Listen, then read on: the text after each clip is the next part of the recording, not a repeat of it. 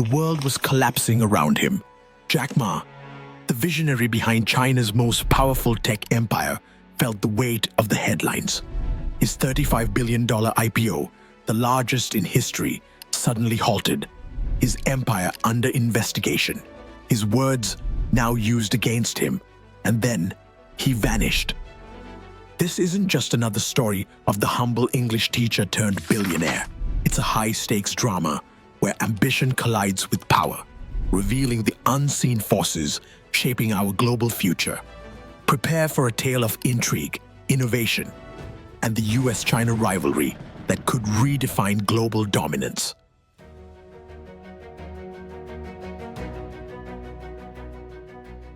Before he became the face of China's tech revolution, Jack Ma couldn't even get hired at KFC. Out of 24 applicants, he was the only one rejected, a humiliation that would have crushed most people. But for Jack, it was just another Tuesday. After all, he'd already been turned away by over 30 companies, failed his middle school entrance exams twice, high school exams 3 times, and university entrance exams for 3 consecutive years. The only institution that would take him was a local teachers' college where he studied English, not business or technology. After graduation, he earned a meager $15 monthly as an English teacher. Nothing about him suggested future success. Too scrawny, too loud, no money, no connections, and completely unable to write a single line of code. But when you reject a man like Jack Ma repeatedly, you don't just create a quitter. You create something far more dangerous. You create a builder with nothing to lose. For Jack, English wasn't just a subject.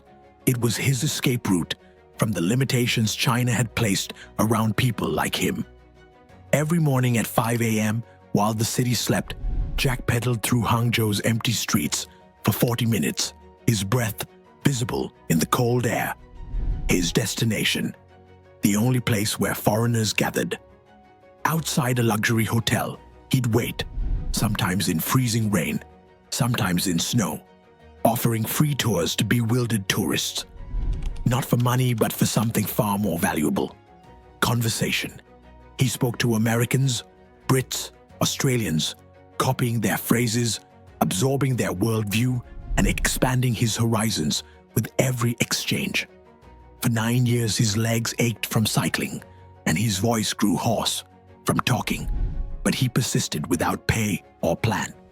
Just the belief that speaking their language might someday let him enter their world. When a tourist suggested he needed an English name, the man born as Ma Yun became Jack. This wasn't just a nickname, it was the first step toward becoming something that the Chinese system never anticipated. A man who saw himself as global, in a country that demanded conformity. In a nation where entrepreneurship had been illegal for decades, this kind of imagination didn't just make Jack different, it made him a potential threat to the established order. In 1995, Jack, who had never used a computer, visited America for the first time. A friend sat him before a desktop and said, "Type something." Jack froze, afraid he might break the expensive machine. Hesitantly, he typed, "beer." The search results revealed German beer, American beer, British beer, but nothing Chinese. His eyes widened as the realization hit him. China, with its billion people and manufacturing might, was completely invisible to the digital world. That moment planted a dangerous idea in Jack's mind. What if he could bring China online, not as a user, but as a producer, not as a follower, but as a leader? Back home, he and a friend built a crude website, a simple online directory of Chinese businesses. Within hours of launching, they received their first email, prompting Jack to ask, "What's an email?" The signal was clear. The global market wanted China. China just didn't know it yet, but Jack was determined to show them, even if they weren't ready to see it. Energized by this vision, Jack launched China Pages, one of the country's first internet businesses, a digital yellow pages connecting Chinese companies with foreign buyers. Going door to door, he faced skepticism from business owners who couldn't grasp the concept of websites in a country with fewer than 1 million internet users. Desperate to convince them, Jack resorted to fabricating a quote from Bill Gates: "The internet will change every aspect of human life." The lie worked temporarily, but China pages struggled to gain traction. Then came the final blow. A rival company with better funding and political connections launched an identical service with the same name. Within 2 years, Jack's venture collapsed and he walked away, defeated. Instead of pursuing another startup, Jack took a government job, trading his entrepreneurial dreams for a desk and silence. But in that silence, something began to burn. His failure hadn't killed his idea, it had clarified it. Jack's years of speaking with tourists hadn't just taught him English. They'd revealed a world of ideas, freedom, and connection that China couldn't yet see. When he discovered the internet, he recognized it for what it truly was. Not just a tool, but a revolution that could transform China through individual boldness rather than government command. The English teacher who couldn't get hired at KFC would eventually build an empire worth $500 billion. But his unprecedented rise would place him at the center of something far more complex than business. A hidden power struggle where Jack Ma would become just one piece on China's geopolitical chessboard. And next time, he wouldn't ask for permission, a decision that would change everything. By the early 2000s, the internet in China wasn't just an idea, it was a gold rush. Foreign companies circled the market like sharks, but one didn't just circle, it dove straight in: eBay. The American giant had conquered the West with deep pockets and a proven model. After acquiring EachNet, China's largest online marketplace, eBay quickly claimed 80% of China's e-commerce market. Western analysts declared the game over before it had even begun. But in Hangzhou, Jack Ma saw something different. eBay is a shark in the ocean, he told his team, leaning forward with intensity in his eyes. But I am a crocodile in the Yangtze River. If we fight in the ocean, I will lose. But if we fight in the river, we will win. Despite lacking eBay's resources, Jack had something they didn't. He understood China's digital heartbeat. In 2003, Jack declared war from a tiny apartment in Hangzhou. His team launched Taobao, which means searching for treasure, a platform where Chinese sellers could connect with Chinese buyers without foreign interference. While eBay charged transaction fees, Taobao was completely free. Jack Ma saw something different. He was trying to win. This wasn't just business. It was about who would shape China's digital future. Silicon Valley had ping-pong tables and kombucha. Jack's office had military uniforms. This is not a company, he told his team, his voice echoing through their cramped quarters. This is a battle. They trained like soldiers, held group chants, wore camouflage, and did handstands during breaks to boost morale. On launch day, Jack made each team member list 4 personal items on the site, anything to make the platform feel alive. Then Jack played his masterstroke, Alipay. Understanding that trust, not convenience, was the real currency of the internet in China, he created an escrow system where buyers would send money to Alipay, which would only release it once the product arrived safely. It transformed strangers into trading partners. But when you create that kind of trust, you don't just build a company, you build influence. Taobao was unpolished and completely un-American, but it felt authentically Chinese. It was messy, flashy, alive, like a Chinese street market with bulletins, pop-ups, and live chat for haggling. eBay, by comparison, looked cold and corporate. Their Chinese site was a carbon copy of their American one. It didn't speak the language of local commerce. By 2007, Taobao had captured 67% of the market. eBay shut down its Chinese operations entirely. Jack hadn't just beaten eBay, he had erased it.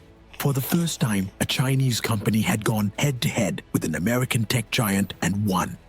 It wasn't just a business victory, it was a symbolic one for rising China. Jack kept building. He launched Tmall for premium brands, transformed Alipay into China's leading digital wallet, and secured a billion-dollar investment from Yahoo that stunned Silicon Valley. His speeches captivated audiences worldwide. He had a way of speaking about the future as if he'd already lived it. But behind the scenes, perceptions were shifting. Jack wasn't just a founder anymore, he was becoming a figurehead. The media called him the face of Chinese innovation. International investors called him a genius. Chinese citizens called him a role model. But in certain rooms, behind certain doors, he was starting to be called something else. A problem. Because in China, there is no such thing as independent power. And Jack Ma was becoming powerful. Too powerful. In 2014, Alibaba went public on the New York Stock Exchange, raising $25 billion, the largest IPO in history. The trading floor erupted with cheers as Wall Street analysts hailed it as a masterpiece of global capitalism. At the center stood Jack Ma in a suit that didn't quite fit, smiling awkwardly and waving like a rock star. An English teacher from Hangzhou had orchestrated the greatest financial debut the world had ever seen. For a moment, Jack seemed untouchable. He'd made China trust the internet, convinced the West to invest in China, and inspired ordinary people to dream bigger. But there's something about becoming untouchable that makes certain people uncomfortable, especially those who believe no one should be beyond their reach. And in the shadows of Jack's triumph, powerful forces were already moving to remind him of a simple truth. In China, no one flies too close to the sun without getting burned. While the world celebrated Alibaba's historic IPO, Jack Ma was quietly building something even more ambitious and far more dangerous: Ant Group. What began as Alipay, a simple digital wallet for Taobao users, rapidly evolved into China's financial backbone. People used it for everything: rent, groceries, taxes, hospital bills. Street vendors displayed QR codes, buskers carried Alipay signs, even beggars in Beijing were scanning payments. By 2020, Ant Group had morphed into something unprecedented: a bank, lender, insurer, wealth manager, and AI-powered credit scoring empire, with more data on Chinese citizens than the government itself. It processed more transactions than Visa and MasterCard combined. What had started as innovation now resembled something else entirely: a parallel financial system operating outside traditional control. Jack wasn't just a CEO anymore. He had become something China's system had never accounted for: a private citizen quietly steering financial infrastructure that rivaled state-owned banks. He had once challenged eBay. Now, without fully realizing it, he was challenging Beijing itself. For years, Jack spoke freely about education, technology, life. His unfiltered charisma made him beloved by millions. But in October 2020, at a financial conference in Shanghai, something changed. In the weeks before, whispers had circulated through Beijing's corridors of power. Ant was getting too big, Jack too bold. Something would have to give. Either Jack didn't hear these whispers or chose to ignore them. Standing before China's most powerful bankers and regulators, Jack called the country's financial rules outdated relics, designed for an old people's club. He mocked them for stifling innovation, while the audience laughed, nervously. But seated near the back were officials from China's top regulatory agencies. Not just bankers, but gatekeepers of China's financial future. Their faces remained stone cold. Days later, Jack was summoned to Beijing. The meeting was private, the details never released, but the message was crystal clear: you don't criticize the system and walk away clean. Then came the hammer blow. Ant Group, set to launch the largest IPO in world history, was suddenly halted by regulatory order just 48 hours before trading. $35 billion vanished overnight. Global investors were stunned. And Jack Ma, he simply disappeared. No public appearances, no photos, no statements. The man who once couldn't stop talking had fallen eerily silent. Rumors swirled wildly. Was he under house arrest? In hiding? Being re-educated? The truth remained elusive, and that silence was precisely the point. While Jack stayed invisible, the system methodically dismantled his creation. Regulators ordered Ant Group to restructure completely. Its lending arm was pulled under tighter supervision. Its money market fund was slashed in half. Its user data was to be shared with state agencies. The government wasn't just clipping ants' wings, it was neutering the animal entirely. Alipay's most profitable features, credit scoring, microloans, wealth management tools, were stripped out and spun off. One by one, Jack's innovations were folded back into the state apparatus. What he had built outside the system was being systematically absorbed by it. The punishment extended further. Alibaba was fined $2.8 billion for anti-monopoly violations. Its apps were temporarily banned. Its cloud division faced investigations. Media assets linked to Jack were quietly transferred to patriotic owners. Even Hupan University, the elite business school Jack founded to train future entrepreneurs, was stripped of its teaching license. He hadn't just lost his voice, he had lost his entire stage. What happened to Jack Ma wasn't just about one man or one company. It was the opening move in a much larger game, a sweeping campaign that would soon engulf China's entire tech sector and reveal the true nature of power in the world's second largest economy. Before we jump into the next part, here's something that could actually help you invest like the pros. Ever wish you had Wall Street level research right at your fingertips? Seeking Alpha gives you just that. You'll get expert stock analysis, powerful quant ratings, and tools trusted by serious investors all over the world. They also offer a market-beating stock pick service called Alpha Picks, with performance you can actually track. Whether you're managing your own portfolio or just looking for your next big winner, Seeking Alpha helps you cut through the noise and invest with confidence. There's an exclusive discount available right now for both services. Just check the link in the description. All right, let's get back to the story. For months, Jack Ma was a phantom. No speeches, no interviews, no social media presence, not even a credible rumor of his whereabouts. Then suddenly he materialized, a blurry photo outside a school in Hangzhou, surrounded by staff, smiling softly, looking noticeably thinner, dressed like a tourist in his own city. Each carefully staged image raised more questions than it answered. Was this a man being slowly rehabilitated, or a carefully managed puppet, appearing only when invisible strings were pulled? The headlines were strangely clinical. Jack Ma seen alive in public, as if his mere existence was now newsworthy. Over the following months, he reappeared in various countries: Japan, Thailand, Singapore, always in quiet, casual visits, always low profile. In Bangkok, he visited Michelin-starred restaurants. In Tokyo, he reportedly studied sustainable agriculture. In Melbourne, he posed awkwardly with university students. He wasn't giving orders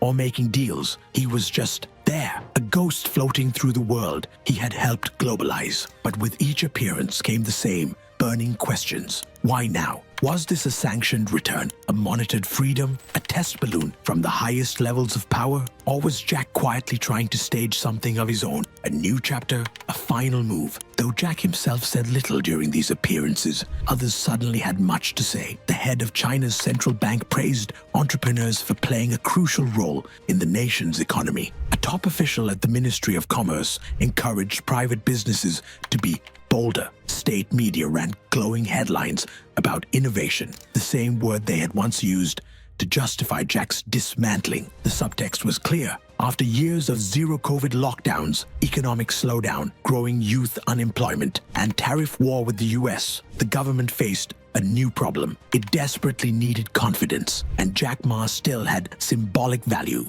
His face represented ambition, his voice stirred optimism. His story, if carefully repurposed, could signal to the world China believes in business again. But therein lay the paradox. Bringing back Jack Ma meant not just bringing back an icon, but potentially reawakening the independent thinker, the man who had built a financial system outside state control, who had stood on stage and spoken truth to power as he saw it. And what about Jack himself? He didn't need more money or status. He had already become the richest man in Asia and walked away. But perhaps he still wanted something deeper: legacy, redemption, or maybe just the final word. After all, this wasn't just about e-commerce or IPOs. Jack Ma had built ideas. He had built dreams, and dreams don't retire quietly. Though Jack held no public office, commanded no army, and wasn't even Alibaba's CEO anymore, his disappearance had sent shockwaves through global markets. Western media ran frantic headlines asking,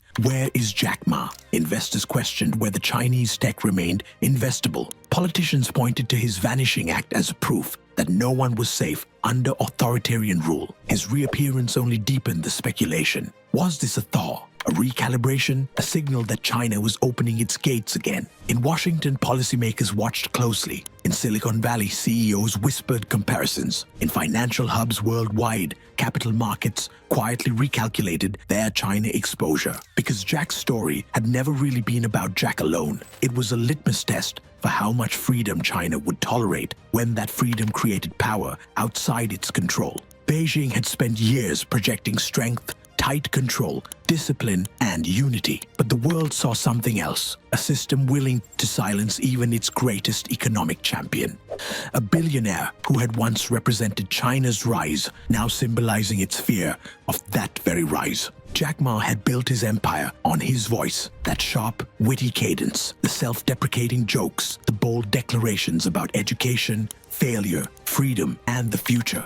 His words had built companies, inspired startups, moved markets. Then one day he said too much. One speech, a few unscripted lines, and everything changed. In the years that followed, Jack didn't just lose power, he lost his voice. The man who once spoke to stadiums spoke to no one. The man who had warned China not to fall behind fell into silence. Not because he had nothing to say, but because everyone else had already rewritten his ending before he could finish his sentence. Now when Jack speaks, it's with careful pauses, measured tones, rehearsed comfort. He visits schools, studies agriculture, says he wants to help rural communities. Admirable goals, certainly. But one can't help wondering, is that all he's allowed to want now? As Jack's carefully choreographed reemergence continues, a much larger drama is unfolding behind the scenes, one that extends far beyond one man's fate. Because what happened to Jack Ma wasn't an isolated incident or a personal vendetta. It was the opening salvo in a fundamental reshaping of China's relationship with its tech titans and private wealth. And as we're about to discover, the true target wasn't just Jack Ma or even Alibaba. It was the very concept of private power itself, in a system increasingly centered around one man's vision for China's future. When Jack Ma vanished, another figure quietly stepped forward. Someone who studied the emperor's rules and chose to follow them. Liang Wenfeng, born in 1985 in a modest town in Guangdong, never craved fame. While Jack Ma was becoming the face of China's tech miracle, Liang co-founded a hedge fund called High Flyer, then quietly disappeared into the world of artificial intelligence. His goal wasn't to be the next tech celebrity. It was far more dangerous: to make China digitally sovereign without needing a single American chip. In 2023, his company, DeepSeek, stunned Western observers. Its AI models rivaled OpenAI's, built with astonishing speed at a fraction of the cost, and with none of the media spectacle. No TED Talks, no global IPOs, just quiet, relentless results. The state wants tools, not stars, one insider explained. While Jack Ma was being summoned to Beijing and silenced for his outspokenness, Liang was being invited to a private symposium with Premier Li Xiang. One man was punished for challenging the system. The other was rewarded for serving it. And the difference couldn't be more revealing. Across the Pacific, alarm bells were going off. Congressional hearings were convened when it was discovered that DeepSeek had somehow acquired advanced NVIDIA chips, despite strict US export bans. The technological containment strategy was failing. This isn't just a company, one senator reportedly said behind closed doors. It's a national security concern. And here's the twist. DeepSeek wouldn't even exist without US technology. Its foundation is built on American research, Western AI architectures, and chips designed in California. But now, that very foundation is being used to create something designed to bypass US influence entirely. China isn't just catching up, it's using the West's own breakthroughs to quietly exit the game and write its own rules. In Shanghai's top universities, students are watching closely. One recruiter asked a top graduate why he wasn't joining a flashy startup with better pay. The student just smiled. "I want stability," he said. What he meant was louder. "I don't want to be the next Jack Ma." Jack showed China how to dream. Liang is showing them how to win, quietly, strategically, and with the full backing of the state. Jack's story was about ambition. Liang's is about adaptation. A new kind of power that doesn't challenge the system. It works within it, replacing the world's most advanced technology with something Beijing can fully control. And that raises the real question. If the US invented the tools, but China ends up controlling them, who really won the AI race? Subscribe now for our next investigation. Inside DeepSeek, the ghost company that's rewriting the rules of global power, one silent breakthrough at a time.